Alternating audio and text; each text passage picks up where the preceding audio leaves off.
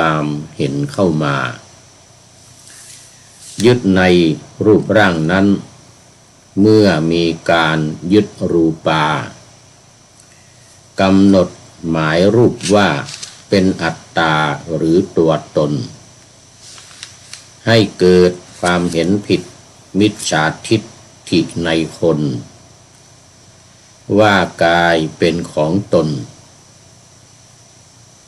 เราเป็นกายกายเป็นเรา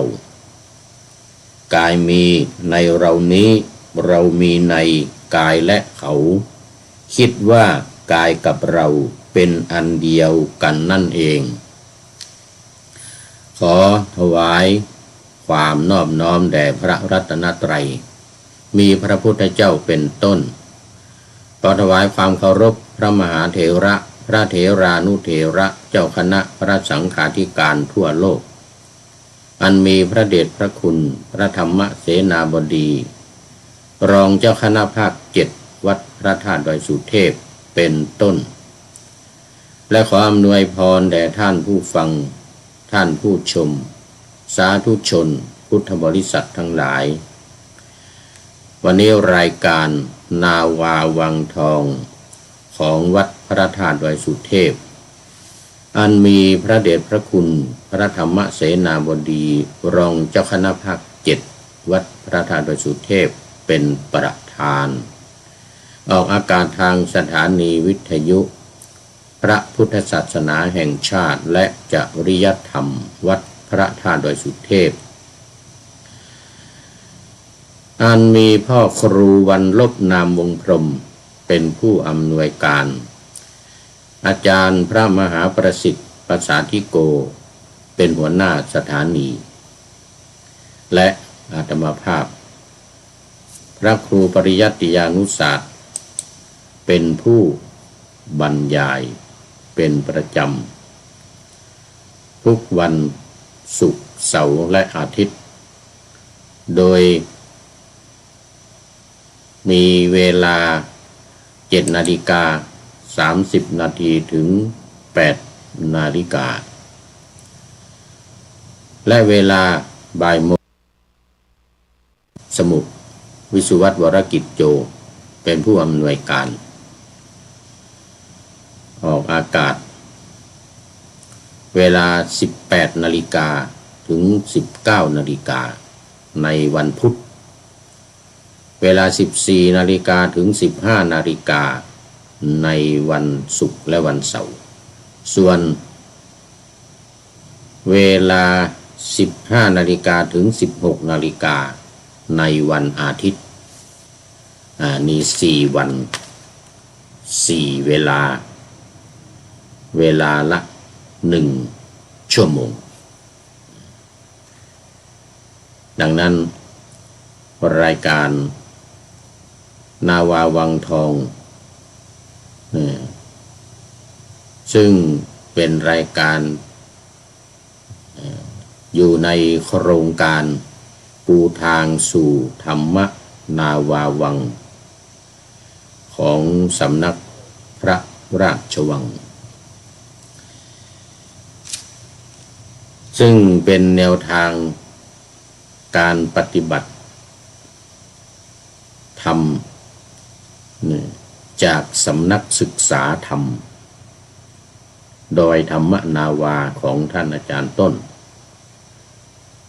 หรือท่านเจ้าคุณรากยานะวชิรคุณ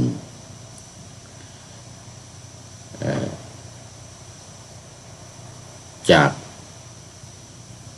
สำนักศึกษาธรรมโดยธรรมนาวาจึงกลายมาเป็นโครงการปูทางสู่ธรรมนาวาวังเพิ่มคำว่าวังเข้ามาเพราะว่าเป็นของสำนักพระราชวังส่วนในรายการนาวาวังทองนี่ก็เพิ่มคำว่าทองเข้ามาเพราะว่าเป็นคุณค่าของธรรมะในรายการเทียบกับทองคำซึ่งมีค่ามาก ก็คือธรรมะเป็นสิ่งที่มีคุณค่ามากมายมหาศาลสำหรับวันนี้ก็ยังเหมือนเดิมบันทึกรายการทางเฟซบุ๊กไลฟ์สดขณะนี้กำลังไลฟ์สดอยู่ จากวัดพระธาตุดอยสุเทพเยอรมันเขตฮินซึนบักเมืองซีเกนประเทศเยอรมนีเหมือนเดิม หลายวันมาแล้วเนี่ยตอนนี้ก็เดือนกว่าแล้วได้มาพักอาศัยอยู่ที่วัดพระธาตุดอยสุเทพเยอรมันแห่งนี้เป็นการหนีหนาวจากประเทศเอสโตเนียมาก็จะพักอยู่ไป 2-3 เดือนนะหรือต่อไปเรื่อยๆนะตอนนี้ก็มีข่าวว่าจะต้องได้พักไปก่อนเพราะว่ายังไม่มีเจ้าอาวาสพระเดชพระคุณหลวงพ่อก็ส่งท่านพระครูวิมลรัตนวัฒน์จากวัดพวกช้างมาดูแลเพราะว่าท่านพระครูวิเทศขันตยาพรเจ้าอาวาสวัดพระธาตุดอยสุเทพเยอรมันนี้ได้กลับไปอยู่เมืองไทยเนื่องจากว่าบิดาป่วยติดเตียงด้วยเพราะไม่มีคนดูแลจำเป็นต้องกลับไปดูแลบิดาเป็นกตัญญูกตเวทิตาบุคคลซึ่งมีความจำเป็นมากก็ยังเป็นสุญญากาศยังไม่มีเจ้าอาวาสไม่มีประธานเรียกว่าประธานสมาคมประธานสมาคมวัดพระธาตุดอยสุเทพเยอรมันต้องรอพระเดชพระคุณหลวงพ่อได้ส่งพระธรรมทูตมาเป็นเจ้าอาวาสแล้วก็ดำเนินการต่อไปตอนนี้ก็ได้ข่าวว่าต้องช่วยกันอยู่ดูแลไปพลางๆก่อนไปเรื่อยๆก่อนอาจจะเลย2 เดือน3 เดือน4 เดือนไปจนถึงเข้าพรรษาหรือจนถึงเวลากลับเมืองไทย ในปลายปีเอามาสู่เนื้อหาสาระของธรรมะกันเพราะว่าตอนเช้านี้มีเวลาน้อยแค่ประมาณ25 นาทีตอนนี้ก็วิหารลาย เสียเวลาไปมากแล้วเกือบ10 นาที ก็ตามที่ป่าหน้าเอาไว้นะวันนี้เป็นเรื่องของการฝึกกรรมฐานเพื่อทำลายสังโยชน์10 ประการที่เป็นมารร้ายมัดสัตว์ทั้งหลายให้ติดข้องอยู่ในสังสารวัฏหรือในโลกสงสารเราเรียกกันว่าโลกสงสารที่ไม่สามารถออกจากโลกนี้ไปได้ความหมายก็คือว่าไม่ได้บรรลุเข้าสู่พระนิพพานนั่นเองหรือแม้แต่ว่าเข้าไปสู่เขตของพระนิพพาน เช่นเป็นอริยบุคคลขั้นต่ำสุดคือโสดาบันเนี่ยพระสกทาคามีพระอนาคามีอย่างเงี้ยเรียกว่าเป็นอริยบุคคลขั้นต่ เรียกอีกอย่างหนึ่งว่าพระเสขะเสขะบุคคลคือบุคคลที่ยังต้องศึกษาปฏิบัติต่างกับพระอรหันต์ที่เรียกว่าอเสขะอเสขะบุคคลเพราะฉะนั้นสังโยชน์ทั้ง10ประการคือสักกายทิฏฐิวิจิกิจฉาศีลพัตตปรมาสกามราคะ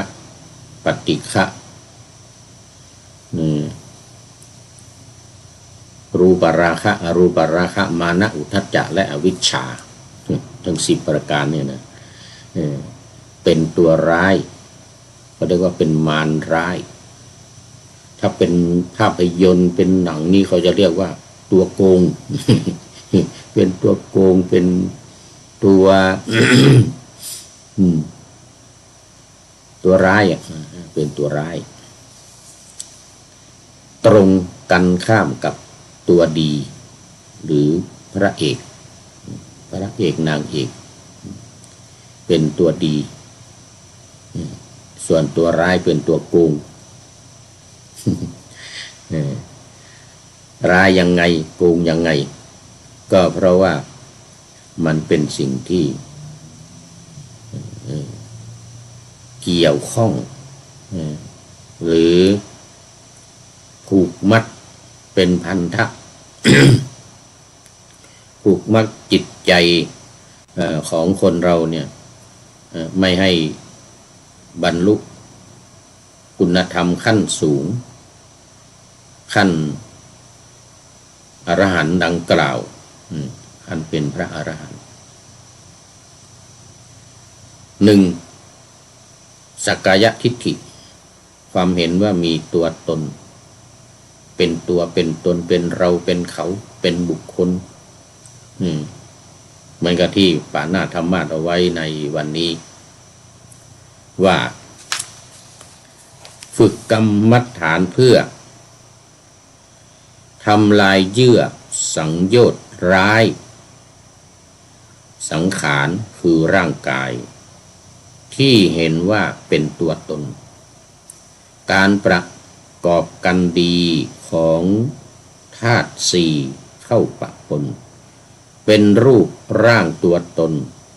จึงมีความเห็นเข้ามาผิดในรูปร่างนั้นยึดในรูปร่างนั้นเมื่อมีการยึดรูปากำหนดหมายรูปว่าเป็นอัตตาหรือตัวตนให้เกิดความเห็นผิดมิจฉาทิฏฐิในคนว่ากายเป็นของตนเราเป็นกายกายเป็นเรากายมีในเรานี้เรามีในกายและเขาคิดว่ากายกับเราเป็นอันเดียวกันนั่นเองอันนี้ก็ใน หนังสือหลักการชาวพุทธหลักการชาวพุทธของสำนักพระราชวังในโครงการปูทางสู่ธรรมนาวาวังในหัวข้อวันนี้หน้าที่18นะหลักการชาวพุทธหน้าที่18ฝึกกรรมฐานเพื่อทำลายสังโยชน์ใจความก็คือกายสังขาร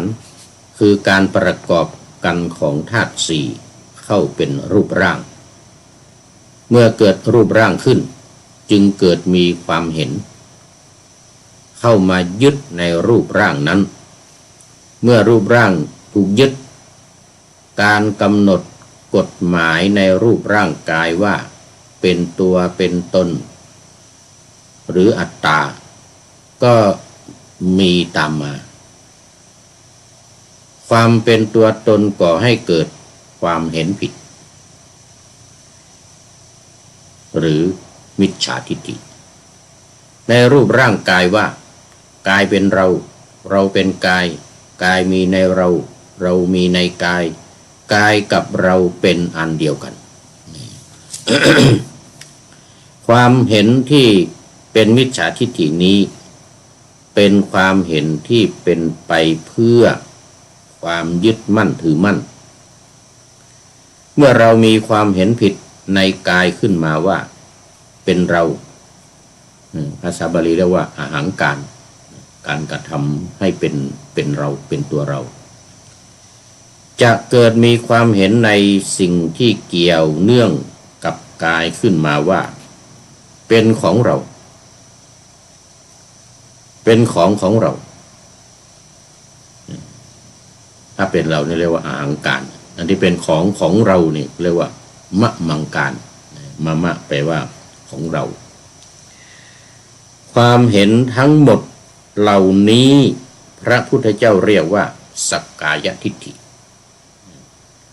คือความเห็นผิดในกายอันถือเป็นสังโยชน์เบื้องต้นซึ่งหมายถึงเครื่องผูกสัตว์โลกไว้ในวัฏสงสารไม่ให้พ้นจากทุกข์วงเล็บจากก้อนกายไปได้เลยสังโยชน์นี้เป็นกิเลสที่พระพุทธเจ้าทรงสอนให้ละเมื่อทราบแล้วว่าจะต้องละกิเลสคือสักกายทิฏฐิเราก็ต้องมาดูว่าสักกายทิฏฐิเกิดขึ้นมาได้อย่างไรหากมองตามคำอธิบายที่ยกขึ้นมาข้างต้นจะทราบได้ว่ากายสังขารหรือส่วนที่ประกอบกันเป็นรูปร่างนี้เป็นจุดเริ่มต้นของการเกิดความเห็นผิดเข้าไปยึดจับหากไม่มีการประกอบกันของกายสังขารขึ้นมาความเห็นผิดในกายก็จะไม่เกิดขึ้นนี่ทำให้เห็นว่าการที่จะทำลายสังโยชน์ก็จะต้องทำลายที่การก่อเกิดของร่างกายนี้เองซึ่งเราก็จะมองไปที่ปฏิจจสมุปบาท คืออวิชชาเป็นต้นเหตุคือความไม่รู้ความลุ่มหลงความมัวเมาปัญหาไม่ได้อยู่ที่การมีกายสังขารเกิดขึ้นแต่อยู่ที่เราว่าความเห็นในกายสังขารอย่างไรต่างหากนี่คือเหตุผลที่เราต้องมาทำกรรมฐานโดยการพิจารณากายเพราะการพิจารณาจะช่วยถอนความเห็นผิดได้หากยังเห็นกายอยู่ในรูปแบบของกายประกอบ รวมกันอยู่เราก็จะเห็นเป็นตัวตนและยึดว่าเป็นตนเป็นเราเป็นของเราไปตลอดกาลเมื่อพิจารณาเห็นร่างกายแยกออกเป็นธาตุสี่ดินน้ำไฟลมย้ำซ้ำอยู่เสมอก็จะไม่เห็นร่างกายประกอบรวมกันอยู่เราก็จะเกิดความรู้หรือวิชชาอันเป็นความเห็นที่ถูกต้องขึ้นมาความรู้ที่ถูกต้องนี้จะไปทำลายความไม่รู้หรืออวิชชาในจิตและจะค่อยๆถอนสักกายทิฏฐิอันเป็นไปเพื่อความยึดมั่นถือมั่นได้ในระดับหนึ่งแต่หากจะถอนสักกายทิฏฐิให้ได้เด็ดขาดก็ต้องฝึกมองเห็นอารมณ์เกิดดับประกอบพร้อมไปด้วย